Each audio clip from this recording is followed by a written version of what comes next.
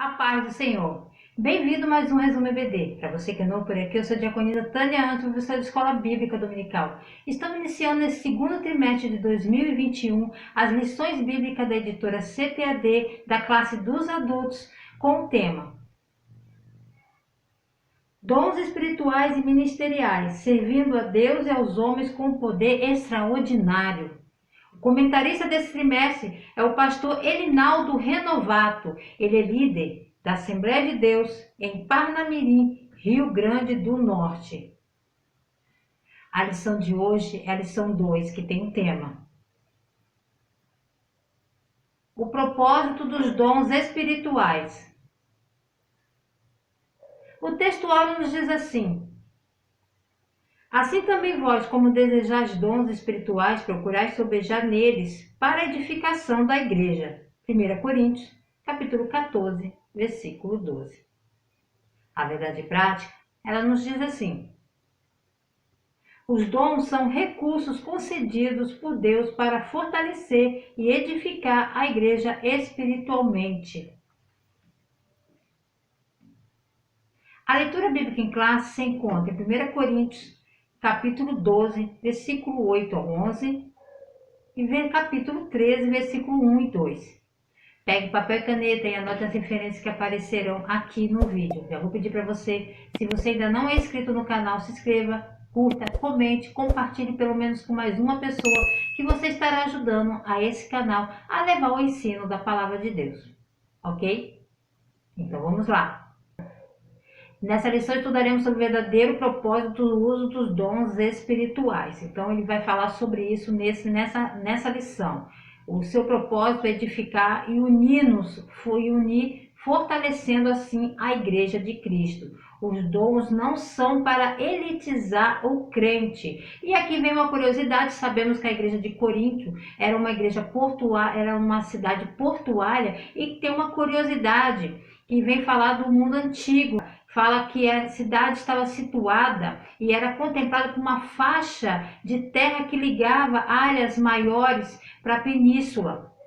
E havia uma divisão, havia um desembarque muito grande de navios, de mercadorias. Só que aquela faixa estreita de terra separava dois mares e os navios tinham que dar uma volta muito grande, cerca de 700 quilômetros, para chegar até Atenas e levar as mercadorias. Então foi construída uma estrada de pedra calcária chamada Diocos.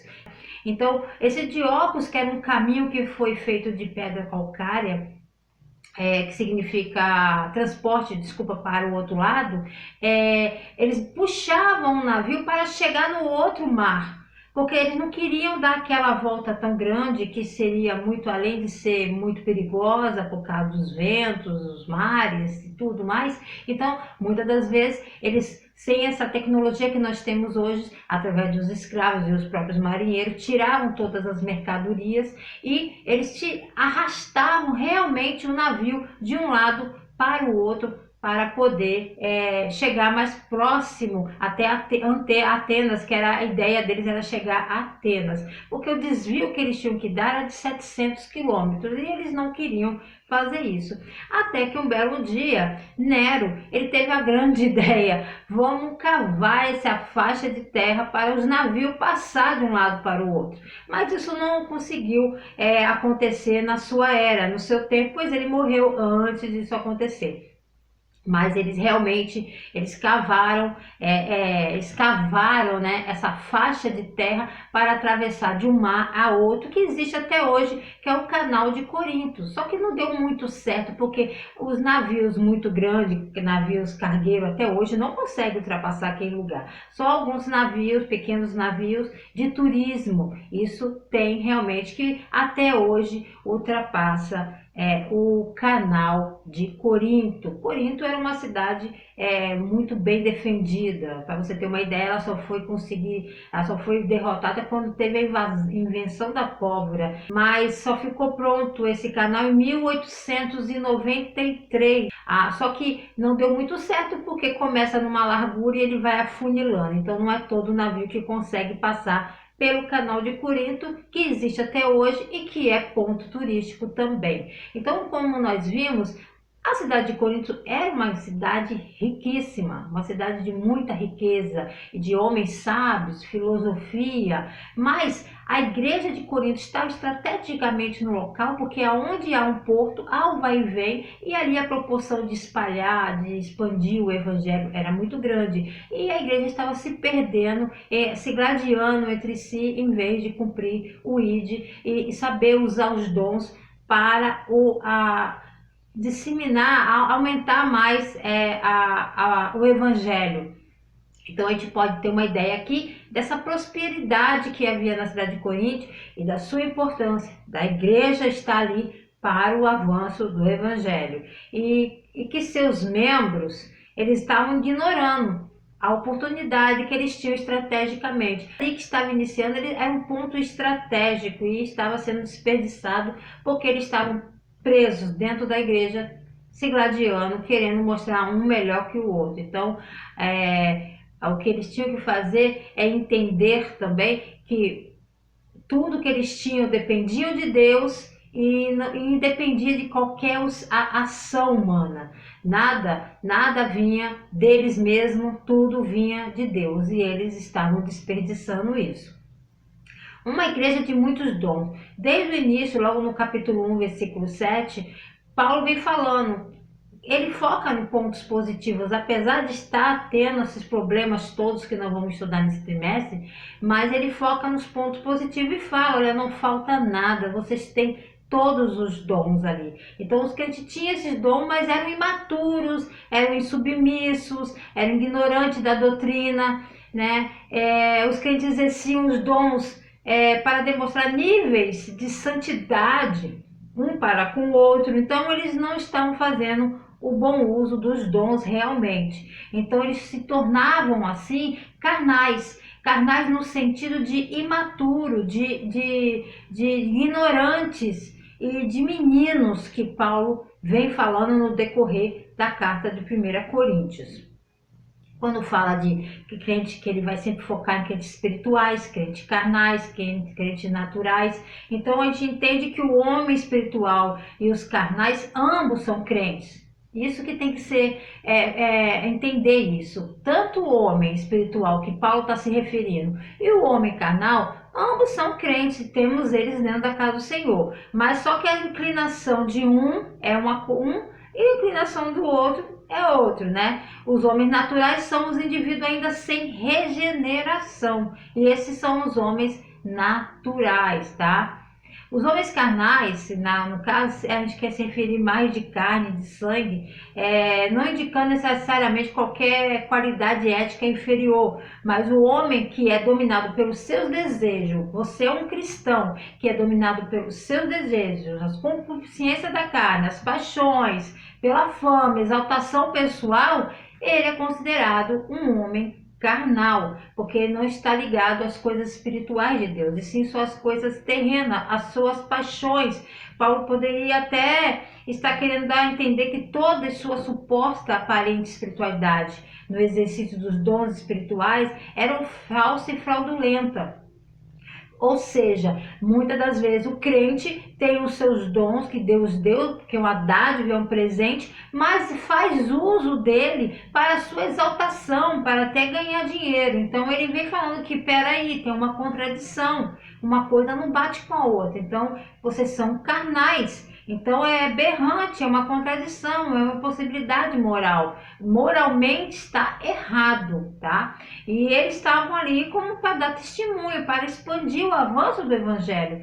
E em contraste com isso, eram os que exerciam valor à sabedoria. Esses carnais, eles davam valor à sabedoria humana. E isso causava as divisões. E que Paulo repreende com muita severidade no decorrer dessa epístola. Os crentes espirituais, não precisamos nem dizer que os crentes espirituais são os crentes maduros, né? Espiritualmente maduros. Mas aqui em 1 Coríntios capítulo 14, versículo 20, Paulo diz assim: irmãos, não sejais meninos no entendimento, mas sede meninos na malícia e adultos no entendimento. Aqui esses meninos ou criança seria uma criança que não sabe nem falar ainda, menos de 2 anos. Então, é uma criança que não sabe falar. E tudo que ela tem é o que ela está vendo, porque ela não sabe se expressar. Então, falamos até de meninice. A pessoa não tem experiências próprias ainda, ela pega a experiência do outro. E testemunho nenhum pode substituir a palavra de Deus. Nenhum testemunho pode ser usado como algo espiritual para enxertar dentro da Bíblia e dizer que é uma verdade absoluta. E, infelizmente, tem pessoas que, por serem meninos, veem pessoas fazer determinadas coisas, começam a copiar, porque não têm suas próprias experiências com Deus. Então, essas experiências não são válidas, né? Eram crentes imaturos, sem espiritualidade, embora se julgassem altamente espirituais. São pessoas que estão na casa do Senhor, ainda não têm maturidade nenhuma e ficam copiando outras pessoas que eles nem sabem se aquilo realmente provém de Deus. Eram pessoas convertidas, mas tinham um entendimento infantil no conhecimento, na experiência, tinham bem pouco discernimento quanto às coisas espirituais. Esses eram os crentes meninos, imaturos. Então a gente aprende até aqui que as manifestações espirituais na igreja local não são propriamente indicadores de seriedade, espiritualidade e santidade. Não é porque uma pessoa ela é muito usada que isso você vai medir o grau de intimidade e espiritualidade dela com Deus. Uma igreja onde predomina a inveja, a contenda, dissensões, de longe pode ser chamada de espiritual. Até hoje, até na sua igreja, as pessoas falam, olha, antigamente, a gente fica muito assim, né? Antigamente, porque antigamente via isso, via aquilo, hoje nós não vemos nada. Porque a partir do momento em que os membros desse corpo estão se gladiando, não estão se entendendo, a operação do Espírito Santo fica quase que inválida. Por quê? Porque tem que haver o amor. No uso dos dons tem que haver amor e humildade, senão não tem como o Espírito Santo operar verdadeiramente. Então muitas das vezes você vê uma pessoa muito fervorosa e muitas das vezes essa espiritualidade tem que estar ligada à piedade, à humildade, ao amor. A pessoa que ela é usada por Deus, ela tem que ter isso. Por quê? Porque senão você vai ferir, você vai machucar e não vai produzir o fruto que é o mais importante, que é salvar a pessoa, libertar aquela pessoa. Dom não é sinal de superioridade espiritual, é o que já falamos aqui. Muitos creem erroneamente que os irmãos agraciados de dom da parte de Deus são, por isso, mais espirituais que os outros. Muitos pensam isso. Se você põe em uma consagração, algumas irmãs de mesa de oração, vem aqui, isso é uma coisa que acontece em qualquer lugar. Põe as 3, 4 irmãs ali, faça uma fila aqui para receber oração. A fila que está maior é a fila que as pessoas julgam que aquela irmã é mais espiritual que as outras 3. Então nós fazemos isso, nós temos isso, mas a gente não sabe como é a pessoa no seu ir e vir da igreja, porque o crente ele tem que ser cristão dentro e fora de casa, e não só dentro da igreja. Ser cristão dentro da igreja é muito fácil, ser cristão fora da igreja na sua casa é que é questão, porque o testemunho é muito importante. A mulher viu o profeta passando e disse ao marido, eis que aquele ali é um homem de Deus, é um profeta de Deus.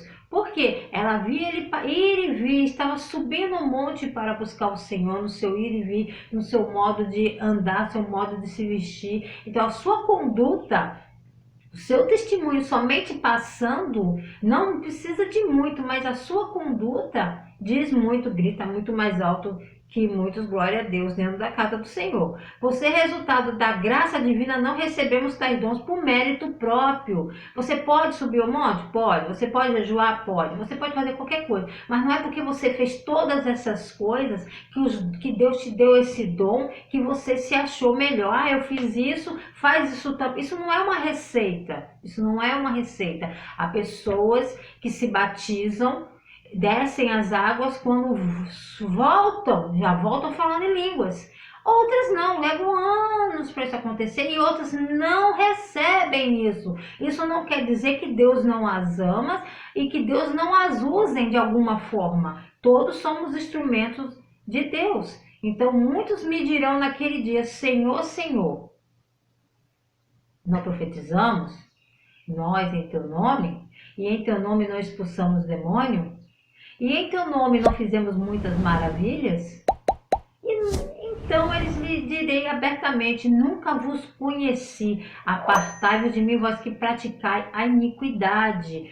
Isso é Jesus dizendo. Você pode estar ali fazendo, Deus pode usar aquela pessoa e naquele grande dia ela recebeu uma grande surpresa. Por quê? Porque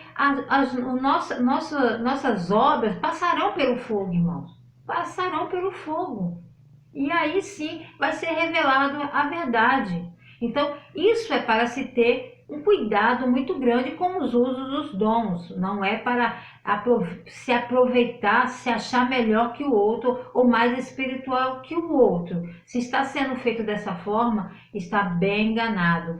Mas naquele grande dia é esse versículo. Muitos dirão: Senhor, profetizamos, fizemos, acontecemos, expulsamos o demônio. Glória a Deus. Mas é a sua vida e os seus frutos. Frutos que eu digo é fruto do Espírito, mudança interior de dentro para fora. Deus vai te usar, Deus pode usar aquela pessoa para curar a outra, mas ela pode se perder no decorrer do caminho se não se consertar. E essa epístola vem alertando a igreja de Coríntios, que estavam se engrandecendo, um querendo ser mais que o outro, e não estava vendo o amor, a fraternidade verdadeira.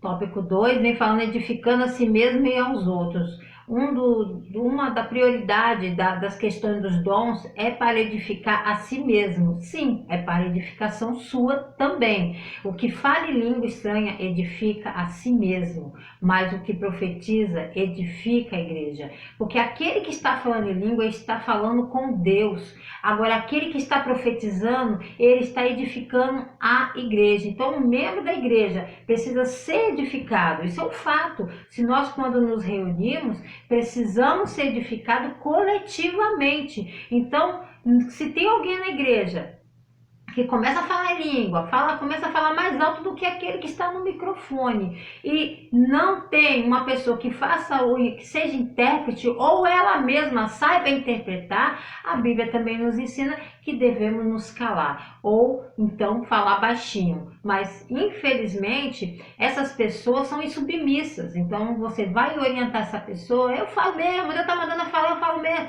Ninguém está proibindo ninguém de falar em língua na igreja. Isso é um fato, precisamos sim falar em línguas, é necessário. Foi uma promessa que se cumpriu e está aí, não cessou, mas tem que haver uma sabedoria, porque a igreja precisa ser edificada. Então, somente deve ser ensinado que ele se controle, isso tem que ser ensinado, mas infelizmente vivemos numa época que todo mundo está melindroso, as pessoas não são mais vasos de barro, são vasos de cristais, você não pode nem encostar que está trincando e perde seu valor. Então, tem que ter esse ensinamento, voltar a falar, não é ofensa, a pessoa tem que ter humildade de entender que isso é bíblico, né? Há irmãos que ao falar em língua querem chamar a atenção para si, e é o que acontecia lá na igreja de Corinto, já acontecia isso, todo mundo começava a falar em línguas, não tinha quem interpretasse, as outras pessoas ficavam perdidas, era uma barulheira só. Ser pentecostal, irmãos, é acreditar nos dons espirituais do Espírito Santo, na atuação do Espírito Santo, mas não quer dizer que onde há muito barulho, há conteúdo, tá? Uma lata vazia, com uma pedrinha descendo o morro, faz bastante barulho, mas ela está somente com uma pedrinha lá dentro. Agora, uma lata descendo, cheia de pedra, ela pouco vai fazer barulho, porque ela está cheia. Então, há de se pensar nisso. Então, nós temos que entender, já daqui nesse tópico 2, que os dons são sim para edificação sua, individual, mas também coletivamente é necessário. Então, aqui no segundo tópico, aqui, subtópico, todos os dons espirituais são proveitosos, incluindo o dom de língua. Então, temos que buscar sim. Coríntios devia deixar de buscar o dom de língua, e Paulo vem falando sobre isso.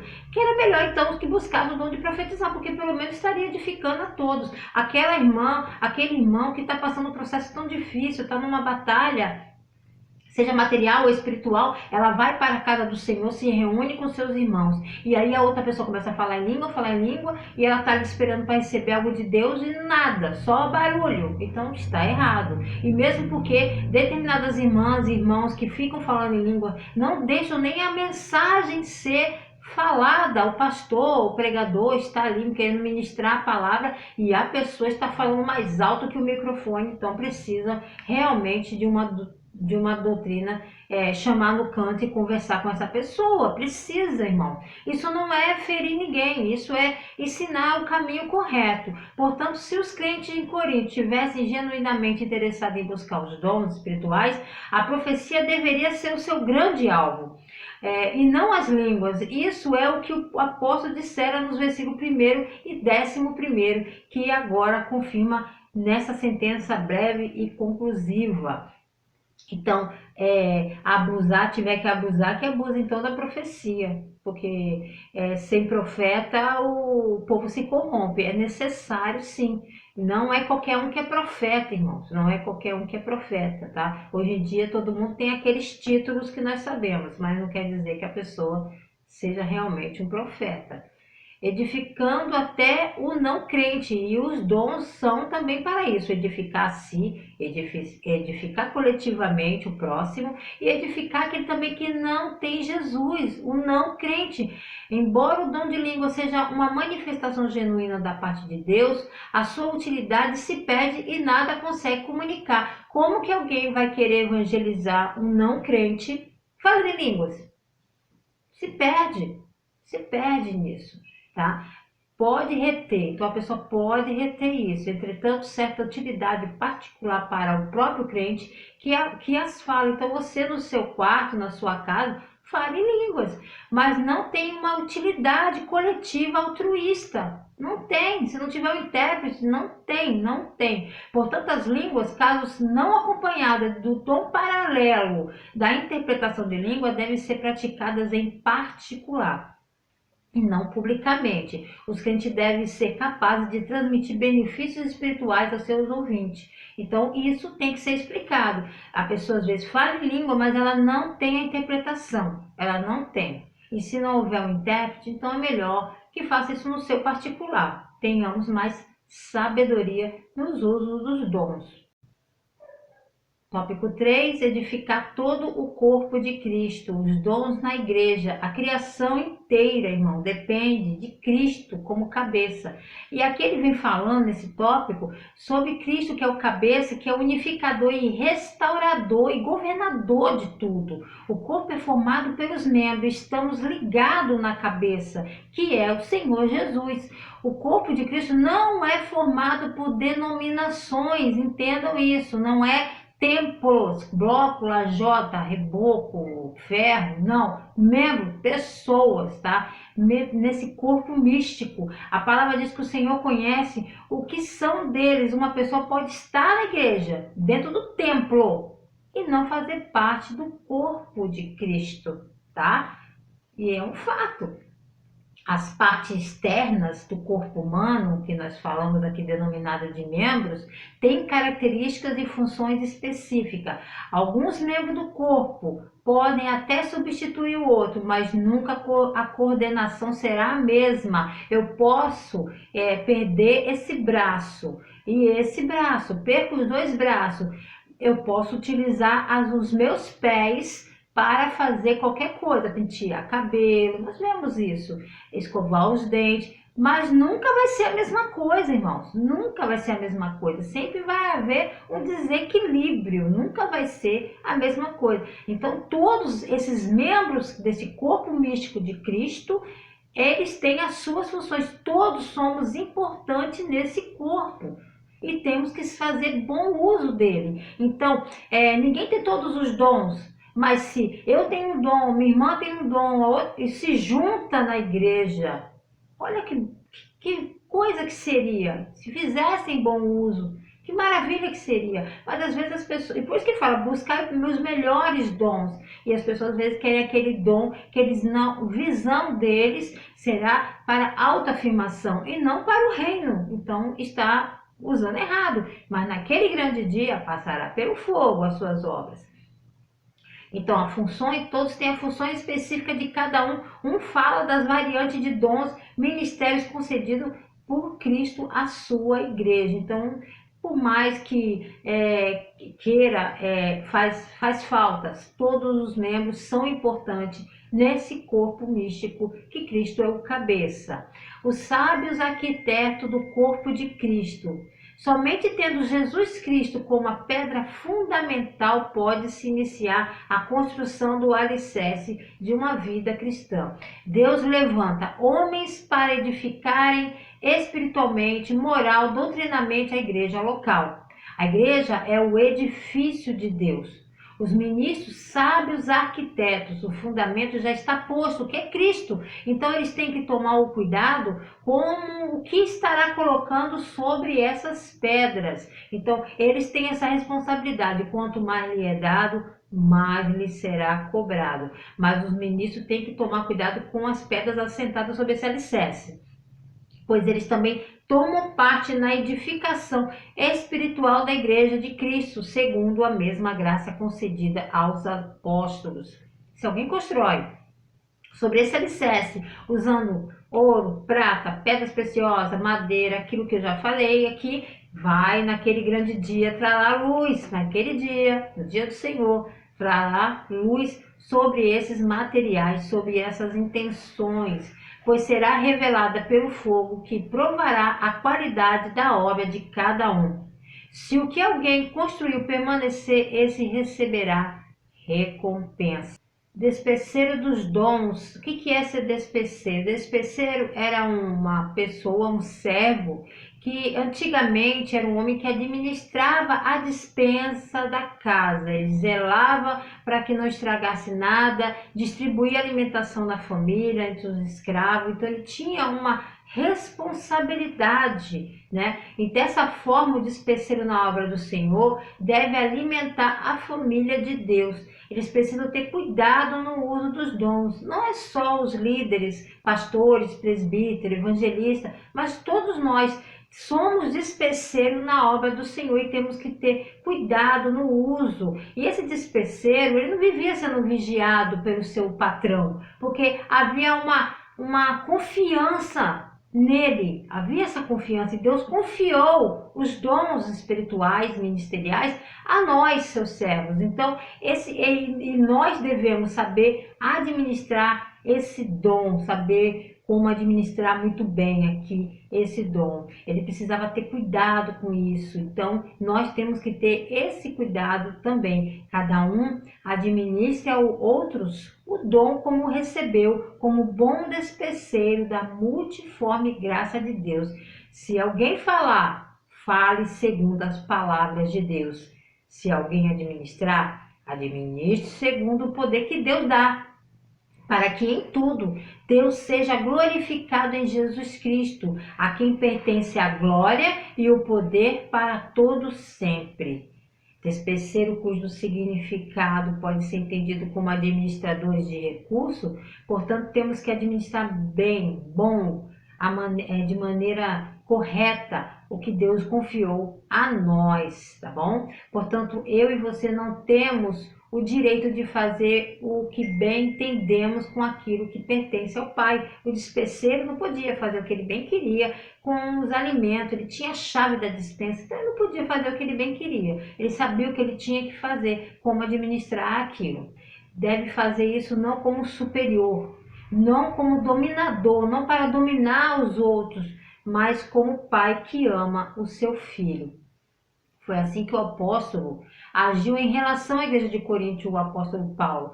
Ele queria que os crentes mudassem as suas atitudes um para com o outro. Então ele vem advertindo isso nas suas epístolas. No ensino, o apóstolo enfatiza a função de dispenseiro. Pregador, pastor, precisa ser fiel, ser honrado, honesto e confiável, totalmente leal a Deus. Portanto, não pode desvirtuar a mensagem do Evangelho da salvação.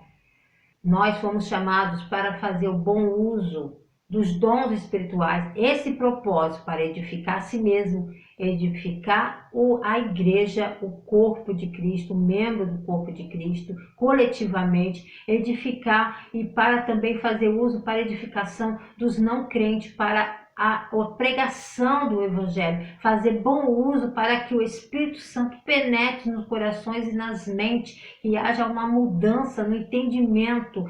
Quando o Evangelho é pregado com bom uso dos dons, há uma verdadeira mudança nas vidas das pessoas. Possamos ser bons despeceiros, possamos usar aquilo que Deus nos deu, o dom é dádiva, é presente, faça bom uso dele. Deus abençoe a tua semana. E se você faça bom uso do dom que Deus te deu, ministre com fervor a palavra do Senhor na classe. Você que não é professor, mas é aluno, que está assistindo essa aula, absorva isso, busque os melhores dons. E se Jesus não voltar, querendo Ele, estaremos de volta a mais um Resumo EBD.